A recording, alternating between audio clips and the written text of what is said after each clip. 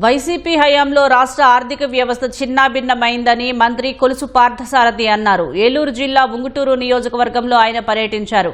ఉంగుటూరు, నిడమర్రు మండలాల్లో పలు అభివృద్ధి కార్యక్రమాలను ప్రారంభించారు. ఉంగుటూరు ఎమ్మెల్యే పచ్చమట్ల ధర్మరాజు, అప్కాప్ చైర్మన్ గన్ని వీరాంజనేయులతో కలిసి చిన్న నేండ్రుకొలంలో విద్యుత్ సబ్స్టేషన్ నిర్మాణ పనులకు మంత్రి శంకుస్థాపన చేశారు. నిడమర్రు మండలం ఫతేపురంలో పేదల కాలనీలో సామూహిక గృహప్రవేశాల కార్యక్రమంలో పాల్గొన్నారు. లబ్ధిదారులకు ఇళ్ల తాళాలు, నూతన వస్త్రాలు అందజేశారు. చేసిన విధ్వంసం మూలంగా చంద్రబాబు నాయుడు గారు అధికారంలోకి వచ్చేసరికి దాదాపు 10 లక్షల కోట్ల అప్పులు. తెలుగుదేశం పార్టీలో కట్టుకున్న ఇళ్లకి డబ్బులు ఇస్తలేదు, వైఎస్ఆర్సీపీలో శాంక్షన్ చేసిన ఇళ్లకి డబ్బులు ఇస్తున్నారని. గత ప్రభుత్వం ఇచ్చిన 1,80,000లో ఒక్క రూపాయి కూడా రాష్ట్ర ప్రభుత్వం అందలేదు.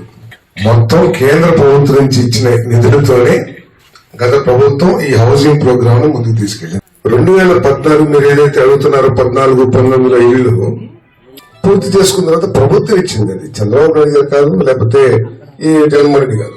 ఆ ప్రభుత్వం ఓడిపోయినా కూడా తర్వాత వచ్చిన ప్రభుత్వం కంటిన్యూ చేయాలి.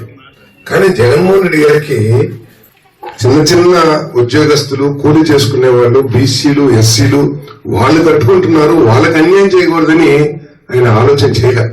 కేవలం చంద్రబాబు నాయుడు గారు ఇచ్చారు కాబట్టి ఆ డబ్బులు ఎగ్గొట్టాలి, ఆ ప్రాజెక్టులు క్యాన్సిల్ చేయాలి.